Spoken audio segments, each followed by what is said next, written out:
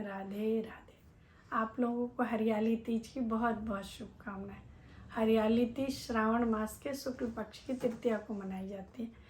इस दिन सुहागिन औरतें अपने पति की लंबी उम्र और अखंड सौभाग्य के लिए माता पार्वती और शिव जी की पूजा करती हैं। आइए अब इसकी कथा मैं आपको सुनाती हूँ। एक बार शिव जी ने माता पार्वती को उनकी पुनर्जन्म की याद दिलाने के लिए तीज की कथा सुनाई थी।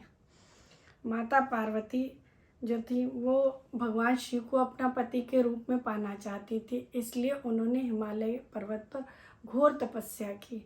सर्दी बरसात सारे कष्टों को सहा और घोर तपस्या किया, जिससे शिव हिमालय राज बहुत दुखी हुए। इधर विष्णु भगवान ने देवऋषि नारद को हिमालय राज के पास भेजा कि जाकर उनसे पूछो कि पार्वती जी से मेरा विवाह कराएंगे क्या। तो नारद जी जाकर हिमालय राज से बोले कि विष्णु भगवान ने मुझे भेजा है, आप अपनी पुत्री का विवाह विष्णु भगवान से कराएंगे क्या, इसमें आपकी क्या राय है। उन हिमालय राज ने उनसे हाँ कर दी और नारद जी आकर ये बात विष्णु भगवान को भी बताई कि हिमालय राज मान गए हैं, वो अपनी पुत्री का विवाह आपसे कराएंगे। जब ये बात तुम्हें पता चली तो तुम बहुत बेचैन हो गए और बेचैन होकर अपनी सहेली को बताया। सहेली तुम्हारी मदद करने के लिए तुम्हें एक घने वन में छुपा दिया। वहाँ भी तुमने तप करना नहीं छोड़ा, तुमने घोर तप किया। उधर तुम्हारे पिताजी तुम्हें ढूंढते बहुत ढूंढा, आकाश पाताल सब एक कर दिया, लेकिन तुम नहीं मिले। तुम्हारे पिताजी को ये चिंता थी कि कहीं विष्णु भगवान बारात लेकर आ गए और तुम नहीं मिली तो वो नाराज हो जाएंगे।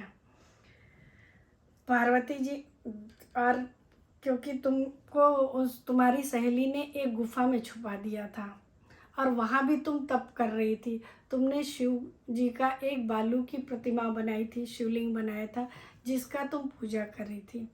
तुम्हारे पूजा से प्रसन्न होकर मैंने तुम्हें मनवांछित फल देने के लिए वचन दिया। इधर तुम्हारे पिता भी ढूंढते ढूंढते उस गुफा में पहुंच गया। तुमने पिता जब तुम्हें देखे तो बहुत खुश हुए। तुमने पिताजी को बोला कि पिताजी मैंने अपना वर चुन लिया है, मैंने अपना शिव जी को अब वरण कर चुकी हूँ और मेरी तपस्या का फल मुझे मिल गया है। शिव जी ने भी मुझे वरण कर लिया है। अगर आप मेरे विवाह शिव जी के साथ करा दीजिएगा तो ही मैं चलूँगी। उनके पिता हिमालय राज मान गए और शिव जी के साथ उनका विवाह करने के लिए तैयार हो गया। पार्वती जी वापस हिमालय पर्वत पर आई और शिव जी के साथ उनका विधि विधान के साथ विवाह संपन्न हुआ। शिव जी ने बोला कि जिस तरह से तुमने कठोर व्रत किया था और मुझे प्राप्त किया था, अगर इस तरह से कोई भी नारी श्रद्धा और निष्ठा के साथ इस व्रत को करेगी तो उसको मैं मनवांछित फल भी दूंगा और अखंड सौभाग्य का वरदान भी दूंगा। ओम नमः शिवाय। सुनने वाले का भी भला और सुनाने वाले का भी भला। बोलिए हरियाली तीज की जय। राधे राधे। कुछ अगर कहानी कहने में भूल चूक हुई हो तो क्षमा कीजिएगा।